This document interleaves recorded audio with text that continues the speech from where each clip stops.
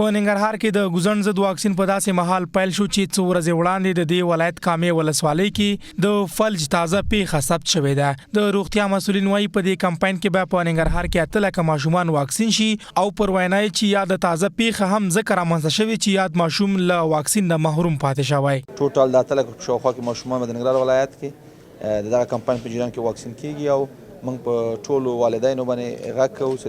د کمپاین په جریان کې دوی ځان مطمئن کړي چې دوی ماشومان ته 2 قطرې واکسین رسیږي ځکه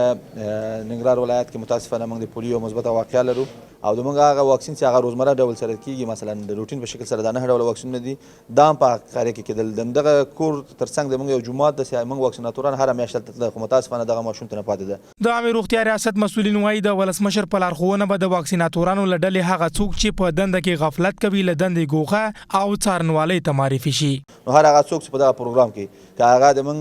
په